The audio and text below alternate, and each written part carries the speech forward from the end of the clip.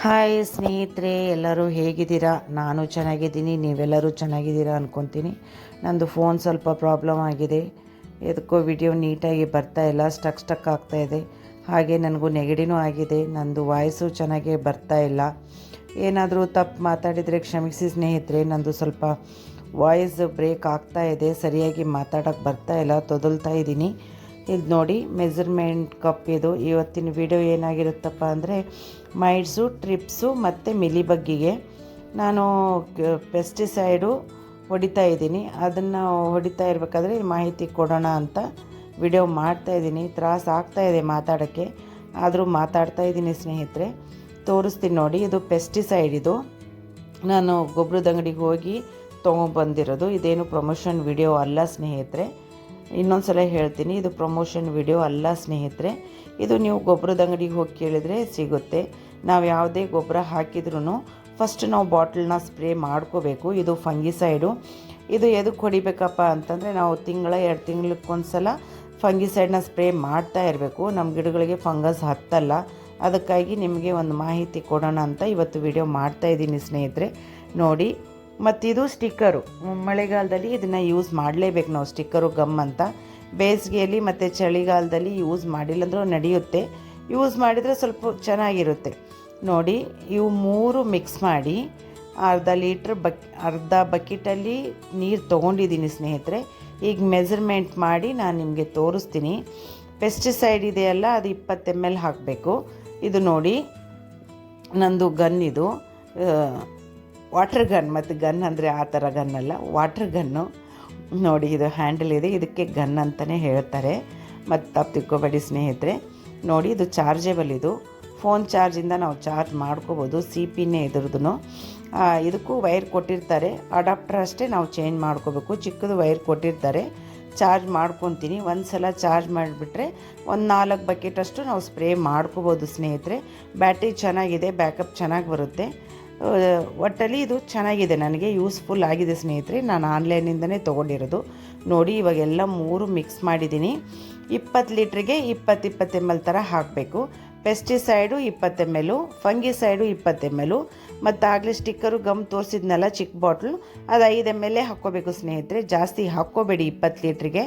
Measurement ಕರೆಕ್ಟಾಗಿದ್ದರೆ ನಮ್ಮ ಗಿಡಗಳು ಚೆನ್ನಾಗಿರೋದು.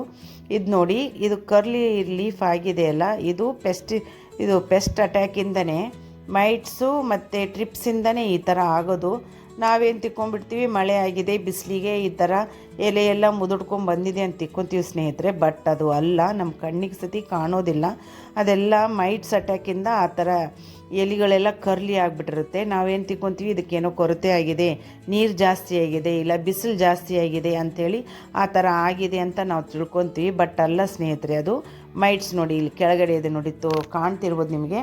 ಜೂಮ್ ಮಾಡಿ ತೋರಿಸ್ತಾ ಇದ್ದೀನಿ. ಚಿಕ್ಕ ನುಸಿ, ಬಿಳೆ ನುಸಿ, ಕರೆ ನುಸಿ, ಇದು ಬಂದುಬಿಟ್ರೆ ಅಂತಂದ್ರು ಗಿಡ ಎಲ್ಲ ಹಾಳು ಮಾಡಿಬಿಡುತ್ತೆ. ಪ್ರತಿಯೊಂದು ಗಿಡಕ್ಕೂ ಆಗಿಲ್ಲ ಸ್ನೇಹಿತರೆ. ನಾನು ತೋರಿಸ್ತೀನಿ ನೋಡಿ. ಒಂದು 4-5 ಗಿಡಕ್ಕಷ್ಟೇ ಆಗಿದೆ. ಆ ಗಿಡಗಳು ಬಿಟ್ಟು ಬೇರೆ ಕಡೆ ಹೋಗ್ತಾನೂ ಇಲ್ಲ, ಕ್ಲಿಯರ್ ಆಗ್ತಾನೂ ಇಲ್ಲ ಸ್ನೇಹಿತರೆ. ನಾನು 10 ಡೇಸಿಗೆ ಒಂದು ಸಲ ಸ್ಪ್ರೇ ಮಾಡ್ತಾನೇ ಇದ್ದೀನಿ, ಅದು ಬರ್ತಾನೇ ಇದೆ.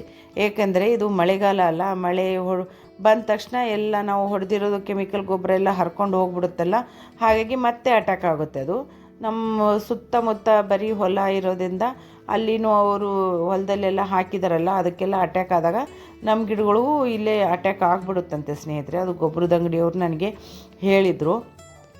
ಇದು ನೋಡಿ, ಈ ಥರ ಶೈನಿಂಗ್ ಆಗಿದೆಯಲ್ಲ, ಇದು ನಂದು ಗಮ್ಮು ಮತ್ತು ಸ್ಟಿಕ್ಕರ್ ಹಾಕಿದೆ. ಸ್ಪ್ರೇದಲ್ಲಿ ನೀರಲ್ಲಿ ಹಾಕಿದ್ದೀನಲ್ಲ, ಸಾರಿ ಸ್ನೇಹಿತರೆ, ನೀರಲ್ಲಿ ಮಿಕ್ಸ್ ಮಾಡಿದ್ದೀನಲ್ಲ, ಅದರಿಂದ ಈ ಥರ ಎಲೆ ಶೈನಿಂಗ್ ಆಗಿರುತ್ತೆ.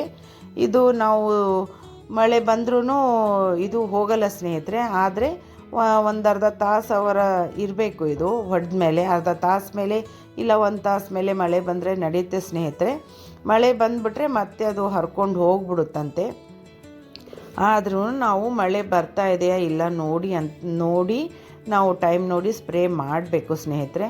ಆ ಥರ ಏನಾದರೂ ಆದರೆ ಮತ್ತು 4 ದಿವಸಕ್ಕೆ ಮತ್ತೆ ಇನ್ನೊಂದು ಸಲ ಸ್ಪ್ರೇ ಮಾಡಿದರೂ ನಡೆಯುತ್ತೆ, ಏನೂ ಸೈಡ್ ಎಫೆಕ್ಟ್ ಆಗಲ್ಲಂತೆ.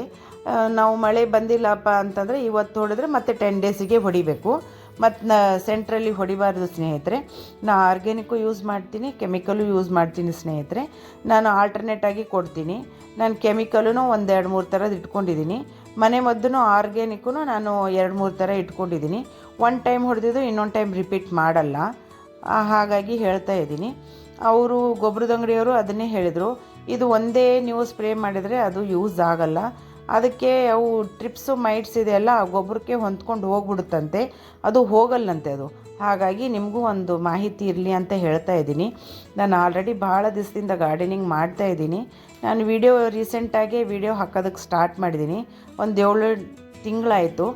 7-8 ತಿಂಗಳಾಯಿತು ಸಾರಿ ಸ್ನೇಹಿತರೆ, ತೊದಲ್ತಾ ಇದ್ದೀನಿ ಸ್ವಲ್ಪ. ಇದನ್ನು ನೋಡಿ, ನಾನು ಲಾಸ್ಟ್ ಟೈಮು ಅಟ್ಯಾಕ್ ಆಗಿತ್ತು ಮೈಟ್ಸು ಟ್ರಿಪ್ಸಿಂದು, ಲೀಫ್ ಎಲ್ಲ ಕರ್ಲಿ ಆಗಿದೆ. ನಾನು 3rd ಟೈಮ್ ಈಗ ಸ್ಪ್ರೇ ಮಾಡ್ತಾ ಇರೋದು. ನೋಡಿ ಮೇಲೆ ಚಿಗುರು ಎಲೆ ಎಲ್ಲ ನೋಡಿ, ನೀವೇ ನೋಡಿ ಇಲ್ಲಿ ರಿಸಲ್ಟು ಎಷ್ಟು ಚೆನ್ನಾಗಿ ಚಿಗುರ್ಕೊಂಡು ಬಂದಿದೆ ನೋಡಿ. ಒಂದು ಕಡೆನೂ ಲೀಫು ಫೋಲ್ಡ್ ಆಗಿಲ್ಲ, ಕೆಳಗಿನೂ ಅಷ್ಟೇ ಲೀಫ್ ಫೋಲ್ಡ್ ಆಗಿದೆ. ಅದೆಲ್ಲ ಮೈಟ್ಸು ಮತ್ತು ಟ್ರಿಪ್ಸಿಂದನೇ ಅಂತ ಸ್ನೇಹಿತರೆ ಆ ಥರ ಆಗೋದು. ಕೆಳಗಡೆ ಎಲ್ಲ ಎಲೆಗಳಿಗೆ ಕುಂತು ಅದು ರಸ ಎಲ್ಲ ಹೀರ್ಕೊಂಡ್ಬಿಟ್ರೆ ಆ ಥರ ಎಲೆ ಆಗುತ್ತಂತೆ. ಇದು ನೋಡಿ, ಇದಕ್ಕೂ ಸ್ಪ್ರೇ ಮಾಡಿದ್ದೆ ಸ್ನೇಹಿತರೆ, ಮತ್ತೆ ರಿಪೀಟ್ ಅಟ್ಯಾಕ್ ಆಗಿದೆ. ಮಳೆ ಬರುತ್ತಲ್ಲ, ಹಾಗಾಗಿ ನಾನು 10 ಡೇಸಕ್ಕೆ ಒಂದು ಸಲ ಕಂಪಲ್ಸರಿ ಯಾವುದಾದ್ರೂ ಒಂದು ಪೆಸ್ಟಿಸೈಡು ಹೊಡಿತಾನೇ ಇರ್ತೀವಿ ಸ್ನೇಹಿತರೆ, ಹೊಡಿತಾನೇ ಇರಬೇಕು ನೀವು. ಬೇವಿನ ಎಣ್ಣೆನೂ ಹೊಡಿಬೇಕು ಸ್ನೇಹಿತರೆ. ಇಲ್ಲಿ ನೋಡಿ, ಇಲ್ಲೆಲ್ಲ ಚಿಕ್ಕದಾಗಿ ನಾವು ಅಬ್ಸರ್ವ್ ಮಾಡಿದ್ರಷ್ಟೇ ಕಾಣುತ್ತೆ ಸ್ನೇಹಿತರೆ, ಇಲ್ಲಾಂದರೆ ಕಾಣೋದೇ ಇಲ್ಲ. ಮಿಲಿಬೇಕಾದ್ರೆ ಕಂಡುಬಿಡುತ್ತೆ, ನಮ್ಗೆ ದೊಡ್ಡ ಇರುತ್ತೆಲ್ಲ ಅದು ಕಂಡುಬಿಡುತ್ತೆ. ಇದು ಮೈಟ್ಸು ಟ್ರಿಪ್ಸ್ ಇದೆಲ್ಲ ನುಸಿ ಥರ ಇರುತ್ತೆ, ಬಿಳೆ ನುಸಿ ಕರೆ ನುಸಿ. ಇದು ಬಂದುಬಿಟ್ರೆ ಮುಗೀತು ನೋಡಿ, ಗಿಡ ಎಲ್ಲ ಹಾಳಾಗ್ಬಿಡುತ್ತೆ ಸ್ನೇಹಿತರೆ. ಫುಲ್ಲು ರಸ ಹೀರ್ಕೊಂಡು ಎಲೆ ಎಲ್ಲ ಮುದುಡಿ ಆಗಿಬಿಡುತ್ತೆ. ಅದಕ್ಕೆ ನಾವು ಕಂಪಲ್ಸರಿ 10 ಡೇಸಿಗೆ ಒಂದು ಸಲ ಸ್ಪ್ರೇ ಮಾಡ್ತಾ ಇರಬೇಕು ಸ್ನೇಹಿತರೆ. ನಾನು ಕೊಟ್ಟಿರುವ ಮಾಹಿತಿ ನಿಮ್ಗೆ ಇಷ್ಟವಾದರೆ, ನಾನು ಗಾರ್ಡನ್ ವಿಡಿಯೋ ನಿಮ್ಗೆ ಇಷ್ಟವಾದರೆ ಒಂದು ಲೈಕು ಕಮೆಂಟು ಶೇರ್ ಮಾಡಿ ಸ್ನೇಹಿತರೆ. ಸಬ್ಸ್ಕ್ರೈಬ್ ಮಾಡಿಕೊಂಡು ವಿಡಿಯೋ ನೋಡಿ ಪ್ಲೀಸ್. ಮತ್ತು ಸಬ್ಸ್ಕ್ರೈಬ್ ಮಾಡ್ಕೊಂಡವರು ಒಂದು ಲೈಕು ಕಮೆಂಟ್ ಕೊಡಿ ಸ್ನೇಹಿತರೆ. ಮತ್ತು ಇನ್ನಷ್ಟು ಮಾಹಿತಿಯೊಂದಿಗೆ ನಿಮಗೆ ಮತ್ತೆ ಇನ್ನೊಂದು ವಿಡಿಯೋದಲ್ಲಿ ಭೇಟಿ ಆಗ್ತೀನಿ ಸ್ನೇಹಿತರೆ. ಓಕೆ, ಬಾಯ್ ಸ್ನೇಹಿತರೆ,